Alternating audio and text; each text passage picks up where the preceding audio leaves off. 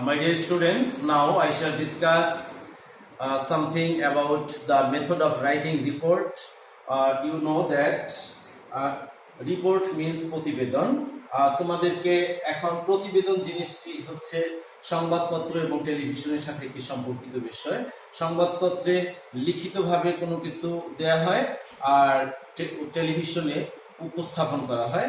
এখন এই দুটো জিনিসকে সাধারণত অর্থাৎ কোনো কিছু লিখিত বিবরণ কিংবা উপস্থাপনাকে রিপোর্ট বলে।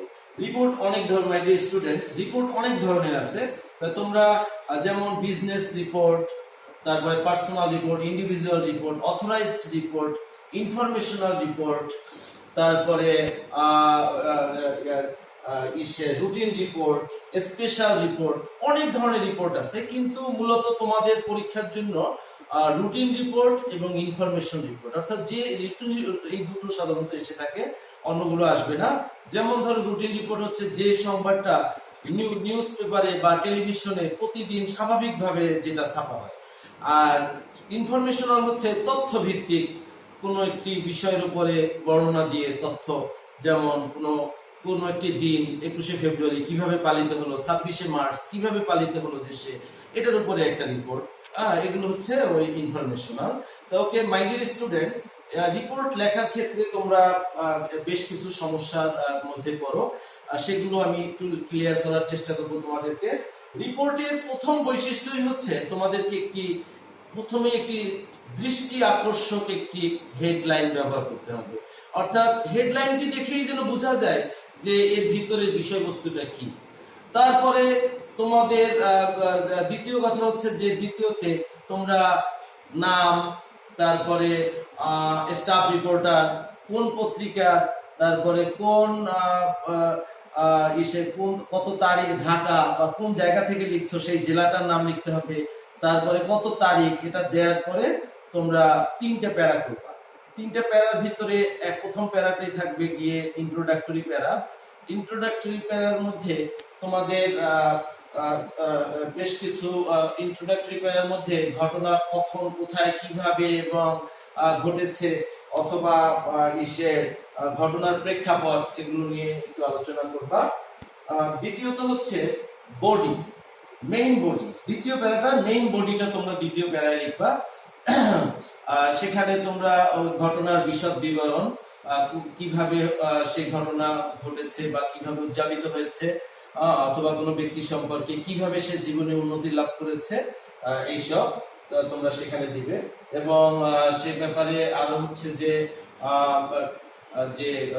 একটা কথা মনে রাখবা যে রিপোর্টের ভাষাগুলো সাধারণত বেশিরভাগ ক্ষেত্রেই প্যাসিভ ভয়েসের হয়ে থাকে। তবে অ্যাক্টিভ এবং প্যাসিভ দুটোরই ব্যবহার থাকে, কিন্তু প্যাসিভ ভয়েসের ব্যবহারটা একটু বেশি, কাজেই তোমরা সেদিকে খেয়াল রাখবে। অন্য আরেকটি হচ্ছে যে শেষ প্যারাটি হচ্ছে এন্ডিং প্যারা বা কনক্লুশন প্যারা। সেখানে তোমরা জনগণের মতামতের কথা দিবে। এটা কোন জাতীয় পদক্ষেপ গ্রহণ করলে এই জাতীয় ঘটনা এড়ানো যাবে বা এই জাতীয় অনুষ্ঠান বাড়ানো যাবে। অর্থাৎ পজিটিভ হলে সেটা সপক্ষে দিবে, আর বিপক্ষে হলে নেগেটিভ নিউজ হলে সেটা যেন আর না ঘটে সেই জন্য কি করতে হবে, সেই জাতীয় ঘটনা 3-4 লাইনের মধ্যে দিয়ে দেবে। এভাবে 3টি প্যারার মাধ্যমে তোমরা রিপোর্ট লিখবে। ডিয়ার স্টুডেন্টস, আমি তোমাদেরকে এখন একটি ডায়াগ্রামের মাধ্যমে একটি রিপোর্ট দেখাচ্ছি, তোমরা ঠিক সেভাবেই লিখবে। প্রিয় ছাত্রছাত্রী বৃন্দ, তোমরা একটু লক্ষ্য করো, আমি এই একটা ডায়াগ্রাম তোমাদের জন্য দেখাচ্ছি। প্রথম একটি ধরো যে 21শে February observed in Milestone College. 21 February observed in Milestone College, একটা সুন্দর হেডলাইন দিলাম। এখন তোমরা অনেক সময় আমাদের কাছে ক্লাসে প্রশ্ন করো যে স্যার হেডলাইনগুলো কি ক্যাপিটালে দিব না স্মলে দিব, স্মল লেটারে দিব। যেমন দেখো আমি এখানে ফেব্রুয়ারি, তুমি যেখানেই লেখো না কেন, এটা তো ফেব্রুয়ারি একটা প্রপার নাউন, এটা ক্যাপিটালেই দিতে হবে। অবজার্ভ ভার্ব, দেখো এখানে আমরা এইখানে ক্যাপিটাল দিয়েছি, পরে আবার আমি দ্বিতীয়তে স্মল লেটার দিয়েছি তোমাদের বোঝানোর জন্য যে এই জাতীয় শব্দগুলো স্মল লেটার ক্যাপিটাল লেটারের কোনো সমস্যা নেই, তোমাদের যার যেটা মনে হয় সেটাই দিও। তবে যদি কোনো সাব টাইটেল করতে যাও তখন তোমাদের একটি কমা দিতে হবে, সেটা আমি একটু তোমাদেরকে বোর্ডে দেখাচ্ছি। যেমন থাকো যে করোনা, এখন তোমরা এটা সম্পর্কে একটু অতিরিক্ত লিখতে চাচ্ছ, আর একটু সামনে বাড়িয়ে a harbinger of death, harbinger of death, দুইটা স্মল লেটারেই দেই যেহেতু আমরা এটাও স্মল লেটার দিয়েছি। এখন এই যে হারবিঞ্জার অর্থাৎ করোনা, এরপরে আমরা এরপরে যেহেতু তার সম্পর্কে একটা সাবটাইটেল দিলাম হারবিঞ্জার অফ ডেথ, করোনা একটা মৃত্যুর দূত, একটি মৃত্যুর দূত, হারবিঞ্জার মানে দূত বা অগ্রদূত, তাহলে এটার অর্থ হলো কি একটা মৃত্যুর দূত, অর্থাৎ করোনা সম্পর্কে তুমি একটু অতিরিক্ত তথ্য বা পরিচয় দিয়ে দিলা যে তো করোনা জিনিসটা কি। অর্থাৎ একটা সাবটাইটেল যখন তোমরা গ্রহণ করবা তখন ক্লোন দিতে হবে। তারপরে দেখো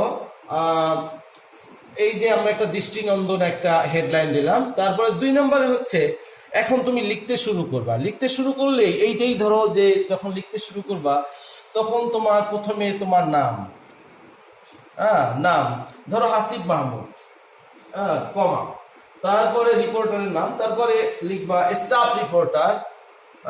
এখানে আমি আরেকটু ক্লোজ করে দেখাচ্ছি তোমাদেরকে যে রিপোর্টারের নাম কমা, তারপরে স্টাফ রিপোর্টার লিখবা, কথাটা লিখবা, তারপরে পত্রিকার নামটি লিখবা, যেমন দ্য ডেইলি স্টার অথবা দ্য বাংলাদেশ অবজারভার ঢাকা, তারপরে কমা, ঢাকা লেখো, যদি কেউ সিরাজগঞ্জে থাকো সিরাজগঞ্জে বসে নিউজটা লিখে থাকো তাহলে সিরাজগঞ্জ লিখবা, যে জায়গায় থাকবা সেই জায়গার জেলার নামটা লিখতে হবে।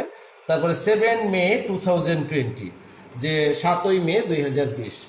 ওকে, এখন এই ডেটটা তোমরা অবশ্যই মানে সামনের ডেট যেন না হয়, পিছনের ডেট হতে হবে। এখন তারপরে দেখো আমরা এর সামনে থেকে ক্লোন দিয়ে আমরা লেখা শুরু করব, অর্থাৎ 7 মে 7 মে 2020 এটা দেওয়ার পরে একটা ক্লোন দিবে। ক্লোন দেওয়ার পরে তোমরা লেখা শুরু করবে, মাত্র 3-4 লাইনের মধ্যে ওই ইন্ট্রোডাক্টরি লাইনটা কথাগুলো শেষ করবে, অর্থাৎ 3টা বডি করতে হবে। 1 নম্বরে হচ্ছে গিয়ে একটা ইন্ট্রোডাকশনে পটভূমি থাকবে, সময় থাকবে, ব্যক্তি এবং সংশ্লিষ্ট প্রতিষ্ঠান সম্পর্কে 2-3 কথার মধ্যে তোমরা সব বুঝিয়ে দেবে। তারপরে দ্বিতীয়তে তোমরা মেইন বডিতে চলে যাবে। মেইন বডি দ্বিতীয় প্যারাটা থাকবে মেইন বডি। মেইন বডিতে তোমরা বিস্তারিত পটভূমি, অর্থাৎ এখানে আমরা সংক্ষিপ্ত পটভূমি একটু দিবা যে ধরো যে আশুলিয়ার গার্মেন্টস ফ্যাক্টরিতে গতকাল আশুলিয়ায় এক ভয়াবহ অগ্নিকাণ্ডে হাসিব গার্মেন্টসের ব্যাপক ক্ষয়ক্ষতি সাধিত হয়েছে। এখন এই যে মানে আমরা একই সাথে কোথায় সংঘটিত হয়েছে, আশুলিয়ায়, অর্থাৎ রিডাররা বা পাঠকরা যেন একেবারে জেনে ফেলে যে ঘটনাটা কোথায় ঘটেছে, কখন ঘটেছে, গতকালকে কয়টার সময় সেটাও দিয়ে দিবা। অর্থাৎ প্রথম প্যারাটা, প্রথম যে 3-4 লাইনের প্যারা সেইটুকু পড়েই যেন আর একজন রিডার পুরাটা না পড়লেও যেন সে বুঝতে পারে। তারপরে মেইন বডিতে যখন তোমরা যাবা তখন বিস্তারিত পটভূমি একটু ব্যাখ্যা করবা, কোথায় কখন কিভাবে ঘটেছিল, কারণটা কি সেটা ঘটার, তারপরে সেটার ফলাফল কি হয়েছিল, তারপরে কি পদক্ষেপ গ্রহণ করা হয়েছে সেটা কন্ট্রোলের বা সেটা পরিপূর্ণভাবে উদযাপনের জন্য কি ব্যবস্থা গ্রহণ করা হয়েছিল সেগুলো লিখবা। তারপরে লাস্টে তোমরা 3-4 লাইনের একটা এন্ডিং প্যারা লিখবা বা 4-5 লাইনের, যে সেটা হচ্ছে যে এই সম্পর্কে জনগণ কি মনে করে, এই জাতীয় ঘটনা এড়াতে হলে বা এই জাতীয় ঘটনা আরো বেশি করে যদি দেশে উদযাপন করতে হয় তাহলে কি করতে হবে, সেটা জনগণের মতামত বা বিশেষজ্ঞদের 2-1 জনের মতামত তোমরা শেষে দিয়ে শেষ করে দিবে। তবে খুব বেশি বড় করবে না। মাই ডিয়ার স্টুডেন্টস, আজকে এই পর্যন্তই। তোমরা সবাই ভালো থাকো, সুস্থ থাকো। আর আরেকটি কথা হচ্ছে তোমাদের 2017 সালের সমস্ত বোর্ডের যে এইগুলো সিনোনিম অ্যান্টোনিম গুলো, এগুলো তোমাদের হোমওয়ার্ক হিসাবে দিলাম। এবং তোমরা ফায়ার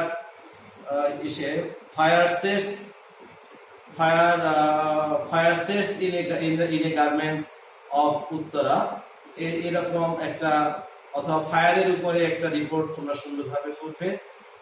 ওকে, এবং এই নিয়ম চর্চা করে লিখবে। ওকে, বাই, আল্লাহ।